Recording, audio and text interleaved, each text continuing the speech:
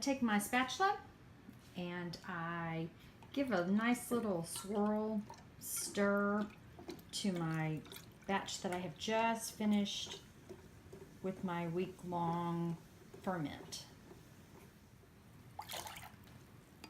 I like to use my scoop. I don't have to worry about any clogging up of my spouts. I have not invested in the stainless steel spouts, and these plastic ones that I have just don't seem to do a real good job of not getting plugged up. So when I am doing a 1.5 gallons, and that's the amount that this vessel is, I will reserve myself 3 to 4 cups for my starter tea for my next batch. And that's what I've done here. And the reason I do that is because I want to make sure that I have plenty of starter for my next batch. And sometimes I might need just a little bit extra to finish up a bottle whenever I'm finished at the end of a set. And that little bit of extra I have in there will be plenty.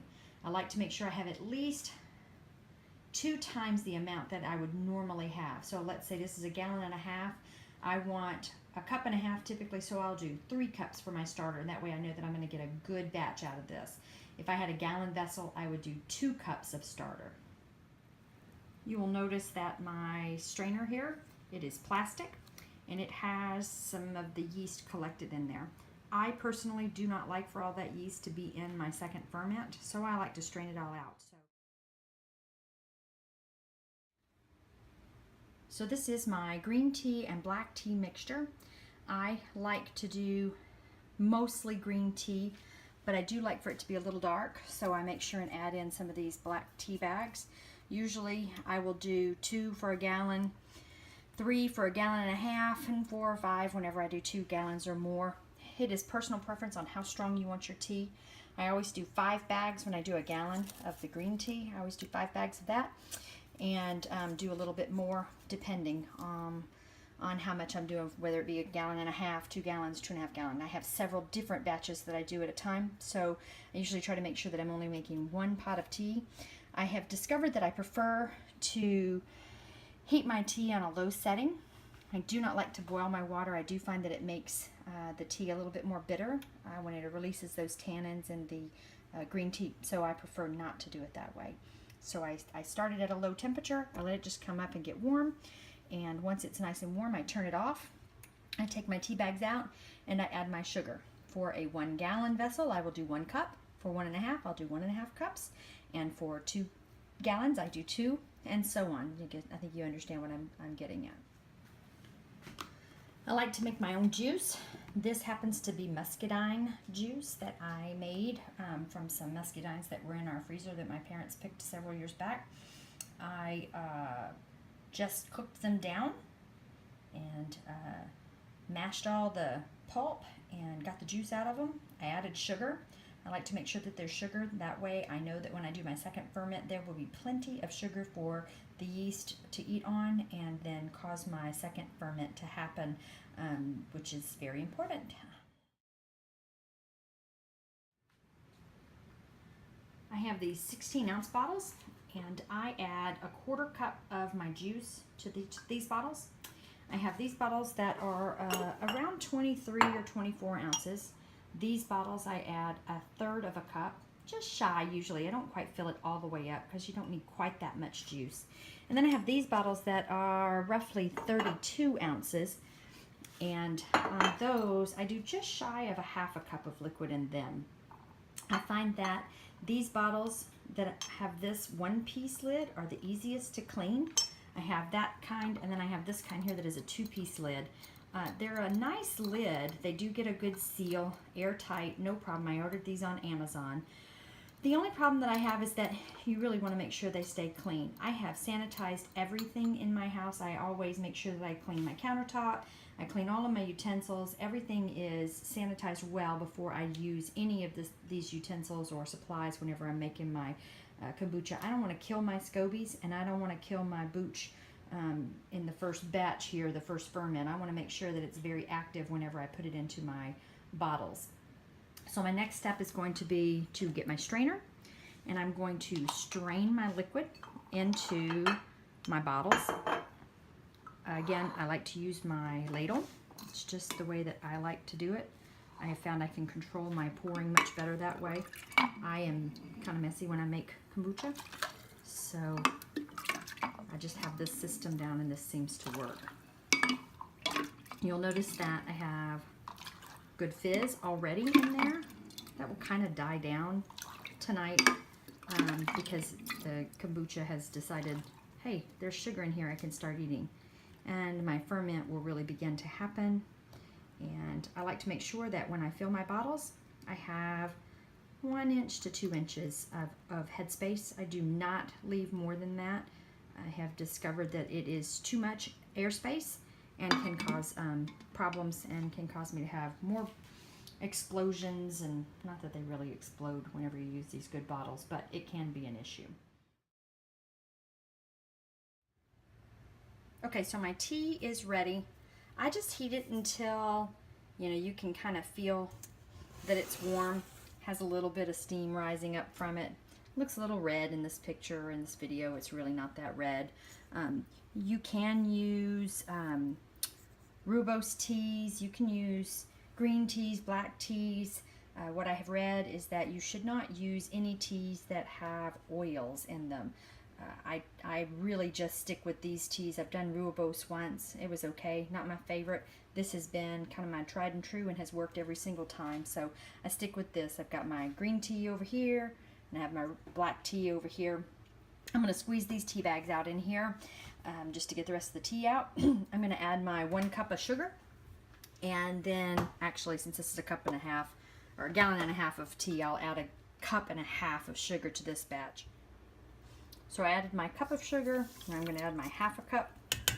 Like I said, this is a gallon and a half of tea, so I'm adding a cup and a half of sugar. My plastic ladle is what I use. This is my trusty Pampered Chef ladle I've used for many, many years. I make sure that all my sugar is dissolved. I have noticed that if I make my kombucha and my sugar was not all dissolved, when the batch is finished and I take the SCOBY out, the sugar seems to rise to the top and sit on the bottom of my SCOBY, so I'll feel a rough substance. I'm assuming that it's sugar because it can feel almost sandy or gritty on the bottom of that SCOBY. Not a feeling I like to feel on my SCOBY, so I do try to make sure that all of that sugar has dissolved in here. My next step is going to be to pour this hot liquid into my 1.5 gallon vessel, and then I'm going to add cool water to cool it down. Once I add that cool water, then I will add my starter tea. We live on a farm and we have well water, and our water is basically perfect when I test it. There's no chemicals in it whatsoever, so I use my tap water because it is perfectly fine for making kombucha. I make lots and lots of batches of kombucha, and I don't have any issues with my water.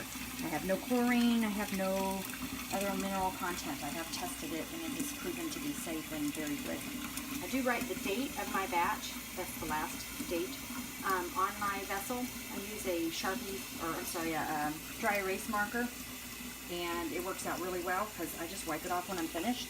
I don't want to fill that up too much because now I need to add my starter tea. So I have my starter tea here. It's right at 3 cups. I like to make sure that I have that larger amount. It spills every time I do it. So 1 gallon I do 1 cup, I do 2 cups, sorry, 1.5 gallons I do 3 cups. Pour that in. I like to give it a quick stir once I've added that starter tea to it. It just kind of mixes that starter tea down into the bottom of it. There's no rhyme or reason to the way that I do it. I use that same trusty little spatula I was talking about earlier. I just mix it up just a little bit, give it a good little swish. You'll notice that there is headspace. I do not go all the way up in this vessel. I like to make sure that I have a good amount of headspace. The SCOBY that I pulled out of here is actually quite thick, so if I put it in here, it is not going to float on the top. I like to make sure that my stirring has kind of settled down a little bit, and once my water or my liquid's not moving anymore, then I can add in my SCOBY. When it's heavy, it's probably not going to be that big of a deal. But I have my SCOBY over here resting on a plate. That's my SCOBY hotel back there. I have both of the SCOBYs that I pulled out of this batch in here. And you'll see that on the top it's kind of got some dimples. It's got some holes. It doesn't seem to be a big deal. I think what happens is when it grows on top of another SCOBY, and that's what it did. This was the SCOBY I had starting in there. You'll see that it has yeast on it. This is the yeast. All this brown stuff here is just the yeast. It's got dimpling. It's got, you know, it's not a solid piece all the way around. And I think that just happens to be how that SCOBY laid on top of it, where the air pockets got. But you can see this was about 10 days that this SCOBY grew, and she grew pretty thick on parts of it. Over here you can see that she's not quite as thick. And then the one that I had in here before was in there for a good bit longer. You'll notice that I have different layers on here. What happens is if you move it, your vessel, it will start growing a new SCOBY. You can separate these, you can cut them. We just got chickens, and my goal is to feed them to my chickens. I've read that it's very healthy for them. This again is just yeast. You'll see it on the bottom of your SCOBY. You'll see it down inside of your vessel whenever it's brewing, and it is totally fine. It's perfectly safe. But you'll see this one grew really thick and nice. So I'm going to probably just use this one again. You can.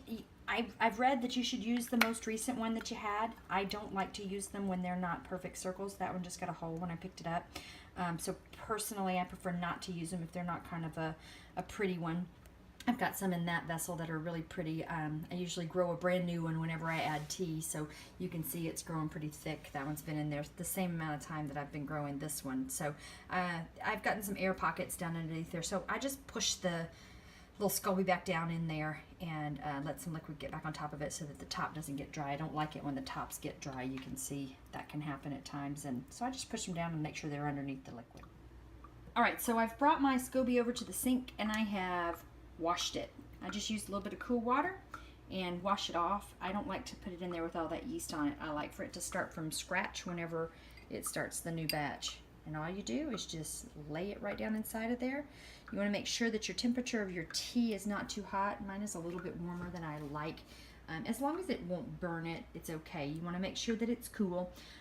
You want to keep your SCOBYs and your F1s, your first ferments, at around 78 to 80 degrees. I have a thermometer on this one. On this batch back here, I've got two large vessels going back here, and they are sitting on a mat, and it is for doing vegetables, for growing seeds and stuff. It works great to keep my my kombucha at a great temperature. That is a really good temperature right there. My countertops are quartz. They stay a little bit cold because my house stays at about 72 degrees most of the time. You'll see on the top I just have a couple of pieces of cotton cloth. I sew a lot, so these are fabrics that I've used for the things. I just cut a square and then put it on top of there with a rubber band, and that's all you have to do. You don't want to use cheesecloth because cheesecloth can allow fruit flies in. I find that I have fruit flies, so I do try to make sure and get rid of those as often as I can, and I have found that you can get rid of them with different recipes and stuff on Pinterest, so check that out. The last step is to put the cloth on top of it, wrap your rubber band around it, make sure that it's not going to be able to get any fruit flies or anything inside there. Got my SCOBYs sitting on the top, and then I'm going to put the date on the front, and I'm going to put this in a dark place and let it sit for 7 to 10 days. I don't usually go any longer than that if my house is at a comfortable temperature. During the winter, I do have to go a little bit longer sometimes because my house does get pretty cold. It's an older farmhouse, and like I said, it's since it's old, it does get kind of cool. But I'll put the date on this, and this batch will be ready to sit.